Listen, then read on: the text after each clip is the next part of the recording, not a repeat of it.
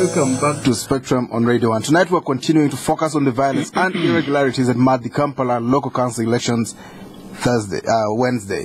What measures, the question is, what measures are candidates and the police taking to avoid a repeat? Our guest tonight, Honorable Mabiike, one of the mayoral aspirants. Assistant Superintendent of Police, Mr. Emilian Kayima, Political Commissar for the Kampala Metropolitan Police. You'll be able to call in later and ask them questions or make general comments or contributions to this discussion. Mr. Kayima, we've heard about accusations. People are saying you are arresting people. From one side, they cite the issue of goons who are inside of Super FMs, inside their enclosure. They came out with clubs. They had been tracked in. And then they come and start beating people under your watch or protection. But instead you arrest people from another side. Which side? Well. Well, that's an occupational hazard that we always suffer. I was personally in Kampala. I went to Batfare. I went to Super FM. I met so many people along the way. We talked to so many people. They gave us information. We apprehended quite a good number of people. And guess what? I have had my share with the politicians. To be very truthful, I don't trust them. All of them. I would hear their word. I need to double check in order to trust. Now, the people that we met, quite a good number of taxis that we stopped, and they said, that taxi has been failing. Noted them down, we stopped them. We apprehended quite a good number. Some of them with clubs. In one taxi we got one with a wire, a very big wire, and they said they were using this to assault others, including a journalist, including a lady who was rushed to hospital. When we apprehended them, of course, we ferried them to different stations within those different locations, and we, together with the other commanders, went to Super FM, and I was there. What did we see? Quite a good number of people inside there. What is it that you are doing, ladies and gentlemen? No, we are supporters of one candidate. We are not armed. We did check around. They were not armed, no clubs, nothing. But they were seated there in a tent with the water, with what? What did we do? What allegations? Now, the allegations are not helpful, really. All we need is, what did you do?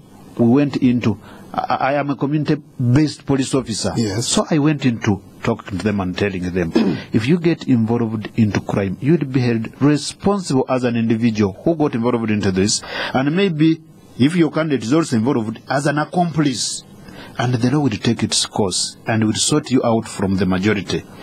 If that's the view you are taking a wrong view, and we will catch you. Quite a good number. You've just mentioned 100, over 100 have been apprehended. Yeah. But you see, that's not enough. Oh, you want to arrest some more? If we have information, even those that we have, maybe they will be released if information does not come, pinning them down. And this is the message I kept giving people. Whoever was participating into this crime, please help and give us this information. Some journalists were beaten yesterday. Television cameras were brutalized, to borrow the word. And journalists have recorded some of them, and they've given testimonies saying these people arrived from the enclosure of that radio station. How are you wish? And they were armed. So you're saying we should not listen to these baseless allegations of these journalists? Absolutely. They're telling lies. Absolutely not. Absolutely not. People went to school. No. Even those who didn't go to school, once they give us information, we must treat it as important as it is. So what I would ask the journalists to do, leave no stone unturned. Demand that justice is done. If it is not done, put us to task. Sue those that are not doing what they are not doing. Really. Unless we do that, this country will go. This is city, not the country. This is city. We'll go to the dogs, to those who can have so many goons beating up people. That we must not tolerate. And I'm very assertive on that. So let the journalists record statements with us. I would ask Honorable Mabiike. Well, some of them are still on hospital beds. To record statements. We will go there. We do not wait for them to. If my bosses from CID have not gone, I'll sound that message tonight. And they should be able to go there. I would ask Honorable Mabiike to record that statement. That would be a very good basis to sort out the mess and say, look, This is the evidence. Is he worth? Does he have the moral authority to stand and be a leader? And if courts of law pronounce themselves on this, who then will change it? And then we shall have started on a journey of sanitizing this city. Yesterday, one old lady talked to me sarcastically that this dirtiness in Kampala, does it also go to the minds of the people in Kampala? To be able to do this, streets. yes. Does it go to the mind? See a lot of it and a very old lady, yes. And I thought that is very serious, right. Sarcastically, but it has lots and lots of implications. Right. Yes. Honorable Mabiike, do you think the police did what they could do, or do you think they left a lacuna, a gap that could have been, the cause of all I have been a member of parliament, and I know for sure that in the last budget we allocated so much money to police. Mm-hmm. And one of the reasons why we were allocating too much money was they were preparing for elections. Police trained more police personnel to handle this case. Police acquired new equipment to handle elections. Police acquired extra resources to handle this, to handle elections. It is very unfortunate that the work that was done yesterday was not sufficient. First of all, when you are policing, you don't have to wait for the actual crime or event to happen. I think there's what we call preventive action. This information you should have gotten earlier. Right. Meaning, therefore, police did not. And besides, police is held by the army. We've seen soldiers on the streets beefing up the army.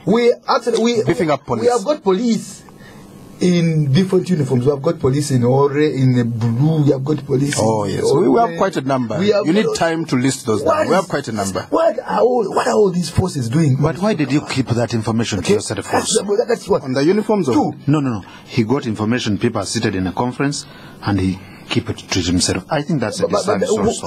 But that's not my work. It's your work. No. Come into help where you have failed. You are a lawmaker, and you know it. You have a duty, a constitutional duty, to work hand in hand with us. Any police officer, to work hand regardless in hand of uniform. Constitutional. I would assume by the time information gets to my camp at SDP offices right in North Kampala, police should have gotten it, because I am a civilian. I am not trained.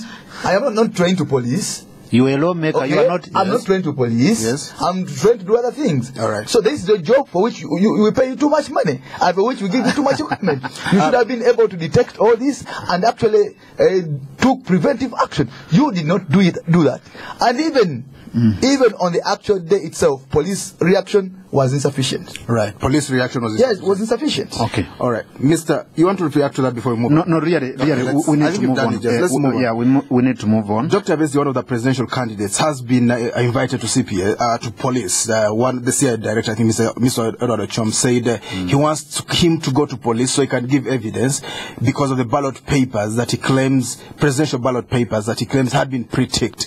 Is that in view of what happened yesterday, we saw that it's possible for pre-ticked ballot papers to surface. Is he still going to continue this case, or is it a dropped case, since you know it's possible? Is Dr. Abesi angry with that? I think that's... Well, he was invited to CID. Are you pressing ahead with that case? Or is I'm very sure he's happy to go to CID so that he can tell them how this happened, so that we can get, again, those who are involved into this and put a stop to that. I think he's happy.